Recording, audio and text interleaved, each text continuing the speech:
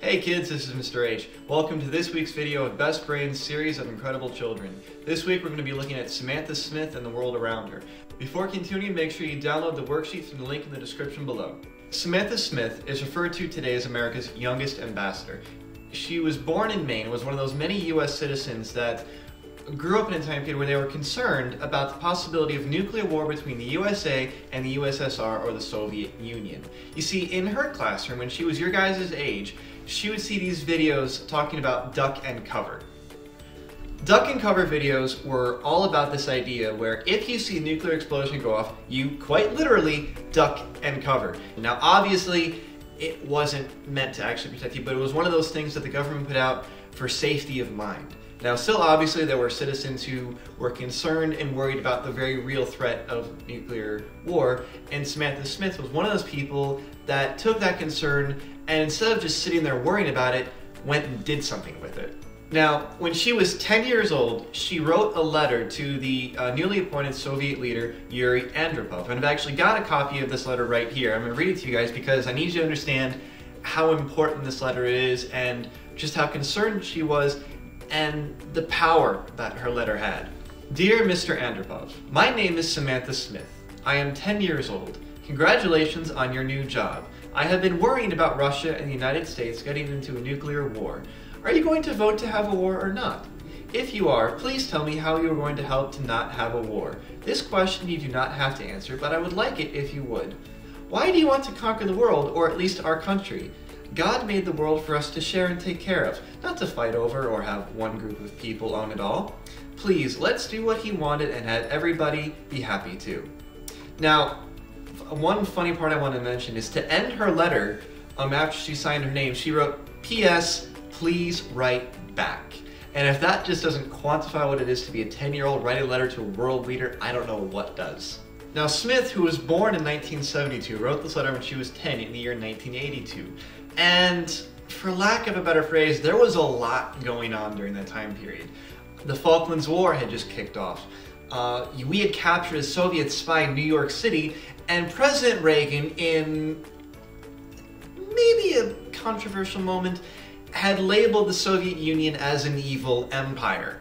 And that goes to show how brave Smith was when she wrote this letter, because it's not every day a 10-year-old decides to write a letter in the midst of, potential nuclear conflict to a foreign leader of a, as President Reagan put it, evil empire, saying, hi, I'm someone you've never heard of, and I thought I'd write you this letter. By the way, please don't blow us up. That's brave. And I know it sounds silly when we talk about it, but in that moment, it would go on to have global effects in ways that no one had ever thought was possible. Now, here's where it gets legitimately interesting. Yuri Andropov did get the letter, and he was so impressed that he published it in a Soviet newspaper. Now, word had gotten back to Samantha that her letter had been published, but she had not yet received a letter back from him. So, not one to be idle, she wrote a letter to the Soviet ambassador in the US asking if Yuri intended to reply. Shortly after she wrote that letter, she did receive a reply from Andropov. Now, his letter was much longer and was a bit more politically charged, but the sum of it is he commended her for her bravery and actually invited her, with her parents' permission of course, to visit him in the Soviet Union. And that's when everything went crazy for her. Now, from the moment that word got out about Yuri Andropov inviting Samantha Smith and her family to visit him in Moscow, there was a media circus surrounding her and her family. Partially because one of the last times an American had spent a long time in the Soviet Union was in 1960 when a U-2 spy plane pilot had been shot down and put on trial for espionage.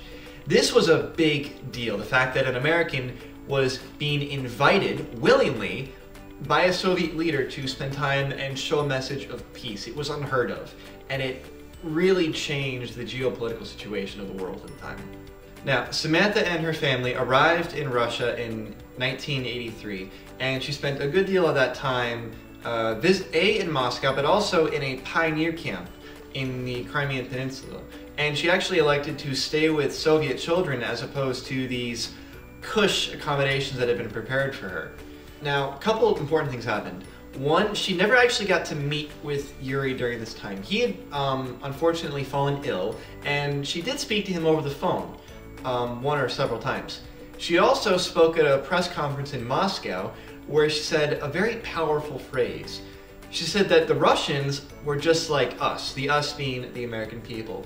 And when you think about that phrase in that time period, it's one of the most powerful things that a 10-year-old of all people can say. Saying they're just like us, it's not humanizing them, it's stating the fact that they are humans.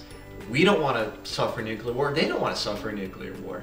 And it was one of those things that really spoke of a level of maturity that Smith had, which was unheard of for her age, that some people thought that the leaders of the world might have been lacking, kind of going back to Reagan calling the Soviet Union an evil empire. Now, one other fun thing that happened, and this is one of those kind of hilarious things, she did speak on the phone to a Russian cosmonaut.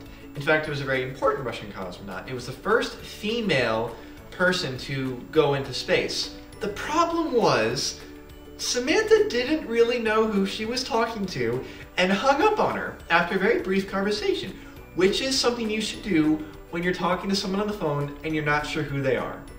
After returning to the US, Smith continued her role as the newly appointed youngest ambassador of America. She visited Japan, met with the Prime Minister there, and actually attended the Children's International Symposium in Kobe.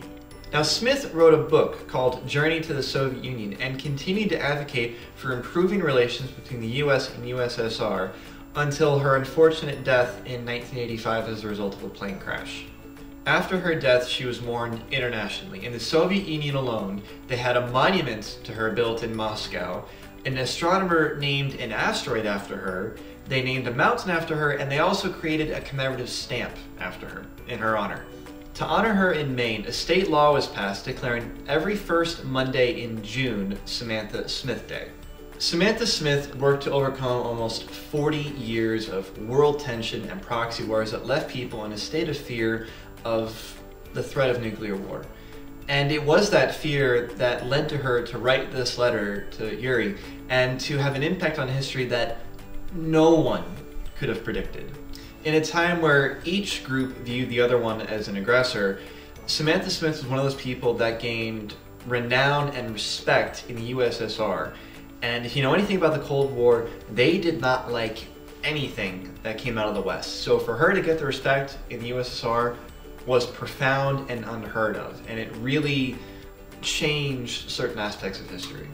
Smith is remembered as a stalwart believer in peace and friendship. She demonstrated this through the bravery it took for her to write that letter to Yuri, which he could have easily ignored given the fact it was from a 10-year-old girl in Maine. But instead, he saw this letter, recognized the significance of it, and with Samantha Smith, changed everything.